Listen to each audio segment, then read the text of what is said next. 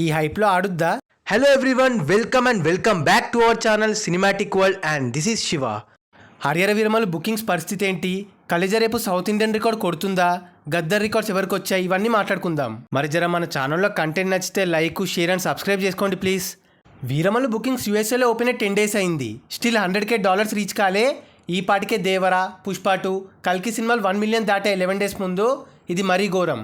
And నార్త్లో అయితే ఒక్క టికెట్ కూడా బుక్ అవ్వలేదు. ఏమిటండి మీరు మాట్లాడేది? అఫ్కోర్స్ సరిగా హైప్ లేదు, అంచనా లేవనుకోండి.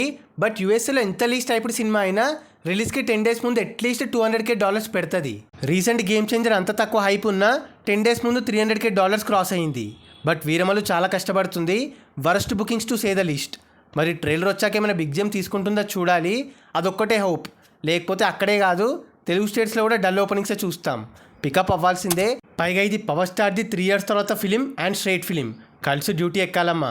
తర్వాత గద్దర్ అవార్డ్స్ విషయానికి వస్తే తెలంగాణలో ఒకప్పటి తోప్ సింగర్ గద్దర్ గారు ఆయన పేరు పైన అవార్డ్స్ లాంచింగ్ అని ఎప్పుడో అనుకున్నారు.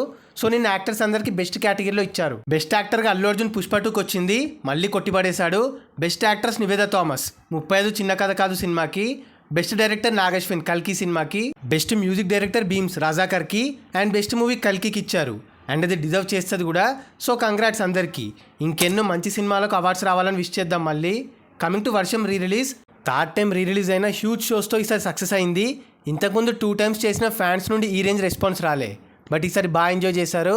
అయితే క్లోజింగ్లో నైజాంలో 90 lakhs గ్రాస్, సీడెడ్లో 17 lakhs గ్రాస్ అండ్ టోటల్ ఆంధ్రాలో 44 lakhs గ్రాస్తో తెలుగు స్టేట్స్లో 1.5 crores కలెక్ట్ చేసింది. And Karnataka, rest of India and overseas కలిపి 30 lakhs గ్రాస్. అలా టోటల్ వరల్డ్ వైడ్గా 1.8 crores గ్రాస్తో బాగానే పర్ఫామ్ చేసింది. రీ రిలీజ్లో టాప్ 10లోకి వెళ్ళలేకపోయినా ప్రభాస్ రీ రిలీజ్ మూవీస్లో సలార్ తర్వాత ప్లేస్లో ఉంది. కమింగ్ టు కలేజా, సెన్సేషనల్ బుకింగ్స్తో ఆల్రెడీ 200K టికెట్స్ బుక్ అయ్యాయి. ఇది all time epic record mile మార్జిన్తో. ప్రీ సేల్స్తోనే 5 crore కొట్టి ఇమ్మంగస్గా స్టార్ట్ అయింది.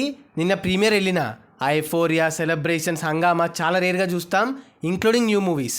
లిటరల్గా ప్రతి డైలాగ్ ముందే చెప్పేస్తున్నారు. అంటే ఏ రేంజ్లో ఓన్ చేసుకున్నారు కలేజా అని అర్థం చేసుకోండి. ఏ ట్రూ ఎపిక్ క్లాసిక్. ఆ దండాలు, ఆ కోరస్లు, ఇట్స్ ఏ బయోపిక్ ఆఫ్ బాబు అంతే.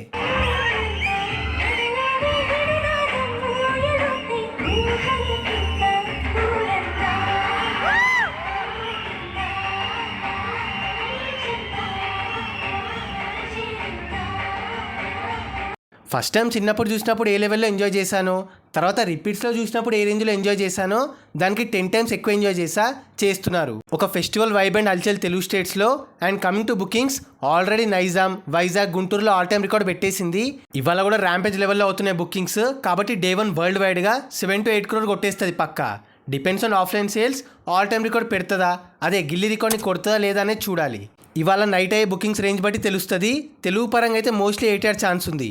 చూద్దాం ఫస్ట్ డే ఎంత పెడుతుందో. మీరెంత అనుకుంటున్నారు? అండ్ మీ ఎక్స్పీరియన్స్ ఎలా ఉండే కలేజా చూసాక అనేది మాతో షేర్ చేసుకోండి. సో అది guys matter. Veeramallu bookings, Gaddar awards and Khaleja rampage. మరి ఈ వీడియో పైన మీ ఒపీనియన్ని కింద కమెంట్ చేసేసి మీరు వెయిట్ చేస్తున్న సినిమాని కింద చెప్పండి. అండ్ గైస్, కింద కమెంట్ అండ్ డిస్క్రిప్షన్లో మన ఇన్స్టా పేజ్ లింక్ ఉంది. ఫాలో అవ్వడం మాత్రం మర్చిపోవద్దు ప్లీజ్. మీకోసం అన్స్టాపబుల్ స్టఫ్ అక్కడ. అండ్ ఈ వీడియో నచ్చేస్తే please like, share and subscribe చేసుకోవడం మాత్రం మర్చిపోవద్దు. అండ్ ఇంకో మంచి ఇంట్రెస్టింగ్ వీడియోతో మళ్ళీ కలుస్తాం. Until then take care, bye. Signing off team cinematic world.